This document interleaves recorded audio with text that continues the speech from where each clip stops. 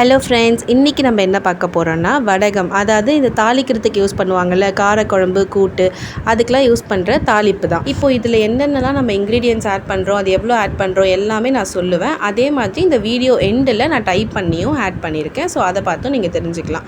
இப்போ வந்து நம்ம ஃபஸ்ட்டு பருப்பெல்லாம் எடுத்து லைட்டாக மிக்ஸி ஜாரில் கொரப்பாக அரைச்சிக்கலாம். அதுக்கு ஃபர்ஸ்ட் நான் வந்து அரை ஏழாக்கு, அதாவது 100 கிராம் அளவுக்கு உளுந்தம்பருப்பு, 50 கிராம் துவரம்பருப்பு, 50 கிராம் கடலைப்பருப்பு, அதே மாதிரி ஜீரகம் 50 கிராம், வெந்தயம் 50 கிராம், இது எல்லாமே நல்லா மிக்ஸ் பண்ணிவிட்டு ஒரு மிக்ஸி ஜாரில் வந்து கொஞ்சம் கொரப்பாக அரைச்சிக்கணும். அதாவது அந்த பருப்புலாம் கொஞ்சம் தெரியணும். அப்போ தான் நம்ம தாளித்து எடுக்கும்போது நல்லா க்ரன்ச்சியாக இருக்கும்.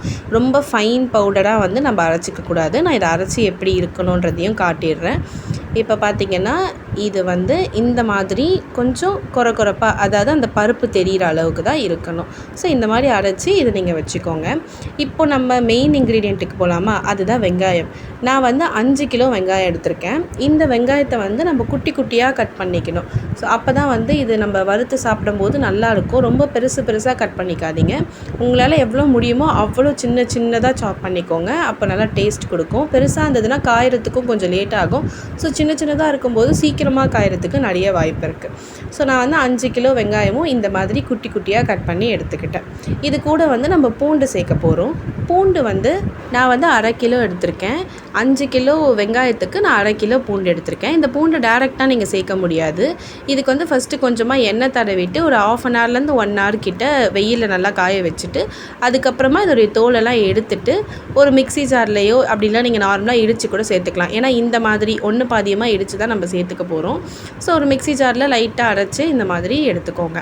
இப்போது இந்த வெங்காயத்து கூட வந்து நம்ம பருப்பு, ஜீரகம், வெந்தயம்லாம் கொஞ்சம் அரைச்சி வச்சுருந்தோம்ல, அதையும் இது கூட சேர்த்துக்கோங்க. இதை நல்லா ஈவனாக மிக்ஸ் பண்ணி விட்டுக்கோங்க. ரொம்ப மிக்ஸ் பண்ணுறோம், இது ஏதாவது ஆகிடுமா அப்படிலாம் நீங்கள் கவலைப்படவே வேண்டாம். ஏன்னா இது கண்டிப்பாக ஈவனாக மிக்ஸ் ஆகிருக்கணும். ஸோ அதனால் நீங்கள் நல்லா மிக்ஸ் பண்ணி விட்டுக்கோங்க.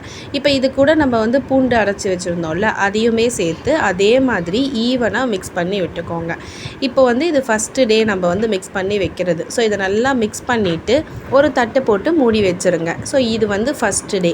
செகண்ட் டே அன்னைக்கு பார்த்திங்கன்னா நம்ம வந்து இது கூட மஞ்சத்தூள், அதுக்கப்புறமா உப்புத்தூள், இது ரெண்டுமே சேர்த்து நல்லா மிக்ஸ் பண்ணி விட போகிறோம். 2 ஸ்பூன் அளவுக்கு மஞ்சத்தூள் சேர்த்துக்கலாம். அதுக்கப்புறமா அரை ஏழாக்கு அளவுக்கு, அதாவது 100 கிராம் உப்பு. நான் வந்து கல் உப்பு எடுத்திருக்கேன். அதே மாதிரி உப்பு வந்து கொஞ்சம் அதிகமாக தான் சேர்க்கணும். கரெக்டான அளவு உப்பை விட கொஞ்சம் அதிகமாக சேர்த்துக்கோங்க. அப்போ தான் வந்து நம்மளுக்கு டேஸ்ட் கரெக்டாக வரும். ஸோ இதையுமே ஈவனாக நல்லா இந்த மாதிரி மிக்ஸ் பண்ணிவிட்டு இந்த மாதிரி உருண்டையாக பிடிச்சி வச்சுக்கோங்க. ஸோ இதுலேருந்து தண்ணி வருது, நீங்கள் பயப்படவே வேண்டாம். அது நெக்ஸ்ட் டே நம்ம வந்து இதை திருப்பி உதுத்து பிடிக்கும்போது அந்த தண்ணிலாம் வந்து அதை அப்சர்வ் பண்ணிக்கும். இது வந்து செகண்ட் டே நம்ம வந்து இந்த மாதிரி மஞ்சத்தூள், உப்பு போட்டு இந்த மாதிரி ஒரு பெரிய உருண்டையாக பிடிச்சி வச்சுருவோம். இப்போது இது வந்து ஒரு 2 டேஸ்க்கு நல்லா வெயிலில் காயணும். இப்போது 3ஆவது நாள், அதாவது தேர்ட் டே, இதை நல்லா உதுத்துட்டு இது கூட வந்து நம்ம எண்ணெய் சேர்த்துக்க போகிறோம். நான் வந்து நல்லெண்ணெய் எடுத்துக்கிட்டேன். ஒரு 100 ml நல்லெண்ணெய் விட்டுக்கிட்டேன். இந்த நல்லெண்ணெய் வந்து இன்னும் நல்ல ஃப்ளேவர் கொடுக்கும். அதனால தான் நான் இது எடுத்துக்கிட்டேன். ஸோ இது கூடவே வந்து ஒரு 50 கிராம் அளவுக்கு கடுகு, இது கூடவே வந்து கொஞ்சமாக கருவேப்பிலையை இந்த மாதிரி கட் பண்ணி சேர்த்துக்கோங்க. நீங்கள் வந்து கையிலையுமே இந்த மாதிரி மிக்ஸ் பண்ணிக்கலாம். அப்படி இல்லைனா ஒரு கரண்டி வச்சும் மிக்ஸ் பண்ணிக்கலாம். ஆனால் ஈவனாக மிக்ஸ் பண்ணி விட்டுக்கோங்க. எதுவுமே ஒரே சைடில் நிற்காமல் ஒரு ஈவனாக மிக்ஸ் பண்ணிவிட்டு இதை திருப்பியும் நம்ம வந்து உருண்டை பிடிச்சி வைக்க போகிறோம். ஸோ இதை வந்து கொஞ்சம் குட்டி குட்டி உருண்டையாகவும் நீங்கள் பிடிச்சி வச்சுக்கலாம். அதே மாதிரி எல்லாமே உருண்டை பிடிச்சி வச்சுக்கலாம். இப்போ இது வந்து ரெடி ஆகிறதுக்கு 30 to 40 டேஸ் ஆகும். நல்ல வெயில் இருந்தால் 30 டேஸ்லேயே இது நல்லா ரெடி ஆகிடும். ஸோ எந்த அளவுக்கு ரெடி ஆகணும்னா அந்த பருப்புலாம் வந்து க்ரன்ச்சியாக இருக்கணும். அதாவது கொஞ்சம் சவுண்டு வரணும் நம்ம தூக்கி போட்டால் ஒரு பிளேட்டில், அந்த அளவுக்கு க்ரன்ச்சியாக இருக்கணும். இப்போ பாருங்கள், இதை நான் நெக்ஸ்ட் டே காட்டுறேன். அதே மாதிரி நம்ம வந்து ஒரு 3 to 4 டேஸுக்கு இதை வந்து இந்த மாதிரி எண்ணெய் கையில் தொட்டுட்டு பிடிச்சி வைங்க. அப்போது இது உதிர்ந்து போகாமல் இருக்கும். ஈவனாக வந்து வெயிலில் காயும். ஸோ இந்த மாதிரி ஒரு 3 டேஸ் பண்ணாலே போதும். நான் ஆல்ரெடி சொன்னல, அந்த மாதிரி 30 to 40 டேஸ் வெயிலில் வச்சாலே போதும். இது வந்து ஒரு 30 டேஸ் நல்ல வெயிலாக இருந்ததுன்னா நல்லாவே சீக்கிரமாக ட்ரை ஆகிடும். அப்படி இல்லைன்னா 40 டேஸ் வரைக்கும் நீங்கள் வச்சுக்கலாம். ஸோ இதோடைய கரெக்டான பதம் என்னென்னா, அந்த பருப்பு வந்து க்ரன்ச்சியாக இருக்கணும். அப்போ இது வந்து கரெக்டாக ட்ரை ஆகிடுச்சுன்னு அர்த்தம். ஈரப்பதம் இல்லாமல் இருக்கணும்.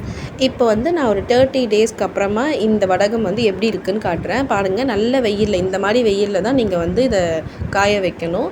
இது வந்து 40 டேஸ் கிட்ட ஆகிடுச்சு. ஸோ இது ரெடி ஆகிடுச்சு. பாருங்கள், இந்த கலரே சேஞ்ச் ஆகி எப்படி இருக்குது அப்படின்றத. இது நான் உங்களுக்கு தாளிச்சும் காட்டுறேன். கொஞ்சமாக எண்ணெய் விட்டு எண்ணெய் வந்து சூடானதுக்கப்புறமா போட்டிங்கன்னா இந்த மாதிரி பொரிஞ்சு வரணும். ஸோ இது பொரியும் போதே அவ்வளோ ஸ்மெல் சூப்பராக இருக்கும். காரக்குழம்பு, கூட்டு அந்த மாதிரிலாம் நீங்கள் சேர்த்து சாப்பிடலாம். அப்படின்னா நீங்கள் வெறும் சாதத்தில் கூட சேர்த்து சாப்பிடலாம். அவ்வளோ டேஸ்ட்டாக இருக்கும். நான் ஆல்ரெடி சொன்னல அந்த மாதிரி உங்களுக்கு லிஸ்ட்டும் கொடுத்துருக்கேன். வெங்காயம் எவ்வளோ, பூண்டு எவ்வளோ எல்லாமே நான் வந்து அளவும் இதில் சேர்த்து எழுதியிருக்கேன். ஸோ நீங்களும் இதே மாதிரி ட்ரை பண்ணி பார்த்துட்டு எப்படி வந்துச்சுன்னு கமெண்ட் பண்ணுங்கள். சப்ஸ்கிரைப் பண்ணுங்கள். டாடா பாய்.